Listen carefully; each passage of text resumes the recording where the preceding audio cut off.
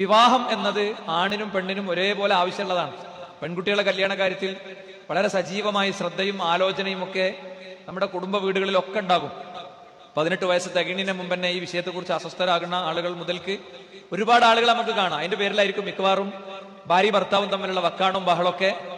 പെൺകുട്ടികളെ കല്യാണത്തിന്റെ ഒരു പ്രായം എത്തുമ്പോൾ നിങ്ങൾ നോക്കണില്ല എന്ന് മൂപ്പരും നെഞ്ചോടെ നോക്കിക്കോന്ന് ഭാര്യയും ഭർത്താവും തമ്മിലുണ്ടാകുന്ന ചില സംസാരങ്ങളാണ് ഇനി പറയുന്നത്. എന്നാൽ അവിടെ പൂർണ്ണമായി നമ്മൾ അവഗണിക്കണ മറ്റൊരു മേഖല ഉണ്ട്. അതാരാണ്? നമ്മുടെ മക്കളാണ്, ആൺകുട്ടികളാണ്. ആൺകുട്ടികളെ കല്യാണ കാര്യത്തിൽ പലപ്പോഴും ഇങ്ങനത്തെ ഒരു ശ്രദ്ധ ഉണ്ടാകാറില്ല എന്നുള്ളതാണ്. അവർക്ക് ജോലിയാകട്ടെ, എന്താ ജോലി, ഗവൺമെന്റ് സർവീസ് തന്നെ കിട്ടട്ടെ എന്നൊക്കെ ചിന്തിക്കുന്ന ആളുകൾ സമൂഹത്തിൽ ഇഷ്ടംപോലെ ഉണ്ട്. അവനൊന്നും ഒരു സംവിധാനമൊന്നും ആയിട്ടില്ല എന്നാണ്. ഒരു പെൺകുട്ടിയുടെ വീട്ടിലേക്ക് വരുമ്പോൾ എന്തായാലും ഒരു കുഞ്ഞിക്കൈയിലും കൂടി അരിയിടേണ്ടേ. അല്ല, അതിന്റെ അർത്ഥം ഒരിക്കലും സ്റ്റേബിൾ അല്ലാത്ത, ഒരിക്കലും ഒരു നല്ല അവസ്ഥയിലേക്ക് എത്താത്ത, അവളുടെ അടിസ്ഥാന ആവശ്യങ്ങൾക്ക് പോലും സാമ്പത്തികമായി ഒന്നുമില്ലാത്ത ഒരാളെ പിടിച്ച് കെട്ടിക്കണമെന്നൊന്നുമല്ല. എന്നാൽ ഇന്നത്തെ ഒരു സാമൂഹിക അന്തരീക്ഷം നമ്മൾ മനസ്സിലാക്കണം. പലപ്പോഴും പല ചെറുപ്പക്കാരും നമ്മളൊക്കെ ആയിട്ട് സംസാരിക്കുമ്പോൾ പറയും, നിങ്ങൾ വീട്ടിലൊന്ന് സംസാരിക്കണം, വാപ്പാനോടും ഉമ്മാനോടൊന്ന് പറയണം, എനിക്ക് കല്യാണം കഴിക്കണം. 23, 24 വയസ്സായ ചെറുപ്പക്കാരെ ഒക്കെ ഇന്ന് പറയും. അത് പവിത്രതയോടുകൂടെ ജീവിക്കുക എന്നുള്ളത് തന്നെയാണ് അവരതുകൊണ്ട് ഉദ്ദേശിക്കുന്നത്. പവിത്രതയോടുകൂടെ ജീവിക്കുക. നമ്മൾ വിചാരിക്കണ പോലെ ഒന്നല്ല. നമ്മളെ കുട്ടികൾ പഠിക്കുന്ന ക്യാമ്പസും നമ്മളെ കുട്ടികൾ ജീവിക്കുന്ന പ്രദേശങ്ങളും ഒക്കെ അവരെ എല്ലാ അർത്ഥത്തിലും തെറ്റുകളിലേക്ക് വലിച്ചിഴക്കുന്ന സാഹചര്യം ഇവിടെ നിലനിൽക്കുന്നുണ്ട്. അപ്പൊ അതുകൊണ്ട് ഞാൻ ആ വിഷയം ദീർഘിച്ചു പറയണില്ല.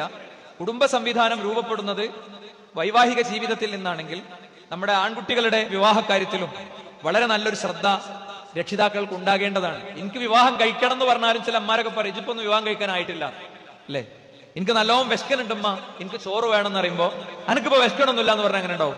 എനിക്ക് ദാഹിക്കുന്നുണ്ടെന്ന് പറയുമ്പോൾ എനിക്ക് അങ്ങനെ ഒരു ദാഹമൊന്നുമില്ല, എനിക്കിപ്പോ അങ്ങനെ ദാഹിക്കാനൊന്നും ആയിട്ടില്ല, എനിക്കിപ്പോ അങ്ങനെ വിശക്കാനൊന്നും ആയിട്ടില്ല എന്ന് പറയുന്ന ഒരു സാഹചര്യവും ഒരിക്കലും ഉണ്ടായിക്കൂടാ. അതേപോലെ തന്നെ ഒരു വ്യക്തിയുടെ ജീവിതത്തിന്റെ സ്വർഗപ്രവേശനത്തിന്റെ പാതിയാണിത്. എന്താ അള്ളാഹുവിന്റെ റസൂൽ പറയാണ്, ഇദാ തസവ്വജൽ അബ്ദു, ഒരടിമ വിവാഹം കഴിക്കുന്നതോടുകൂടെ ആ അടിമയുടെ സ്വർഗ ജീവിതത്തിന്റെ ഫഖദ് ഇസ്തക്മല നിസ്ഫ ദീനിഹി, അവന്റെ മതജീവിതത്തിന്റെ പാതി അവൻ പൂർത്തീകരിച്ചു. ഫലയത്തഖില്ലാഹ ഫിന്നിസ്ഫിൽ ബാഖി, ഇനി ബാക്കിയുള്ള പാതിയുടെ കാര്യം അവൻ ശ്രദ്ധിക്കട്ടെ. ഇപ്പൊ 100 കാര്യം സ്വർഗത്ത് പോകണ്ടെങ്കിൽ 50 കാര്യം പൂർത്തീകരിച്ചു. ഒരുപാട് സംഭവങ്ങൾ അതിലൂടെ ഉണ്ടാകുന്നു. വിവാഹത്തിലേക്ക് പ്രവേശിക്കുന്നതിന് മുമ്പ് ചിലപ്പോൾ അവന്റെ ജീവിതത്തിൽ ലൈംഗിക രംഗത്ത് വീഴ്ചകളോ അപാകതകളോ ഒക്കെ ഉണ്ടായിട്ടുണ്ടാവാം. പിന്നീട് ഒരിക്കലും വിവാഹത്തിന് ശേഷം അത്തരം ഒരു സാഹചര്യം ഉണ്ടായിക്കൂടാ എന്നത് തന്നെയാണ്. അതിനു മുമ്പ് ഉണ്ടായിക്കൂടാ, പക്ഷേ വിവാഹത്തിന് ശേഷം ഒട്ടും ഉണ്ടായിക്കൂടാ എന്നത് തന്നെയാണ് ഇസ്ലാം ഈ ഒരു വാചകത്തിലൂടെ ഗൗരവപൂർവ്വം നമ്മളെ പഠിപ്പിച്ചിട്ടുള്ളത്.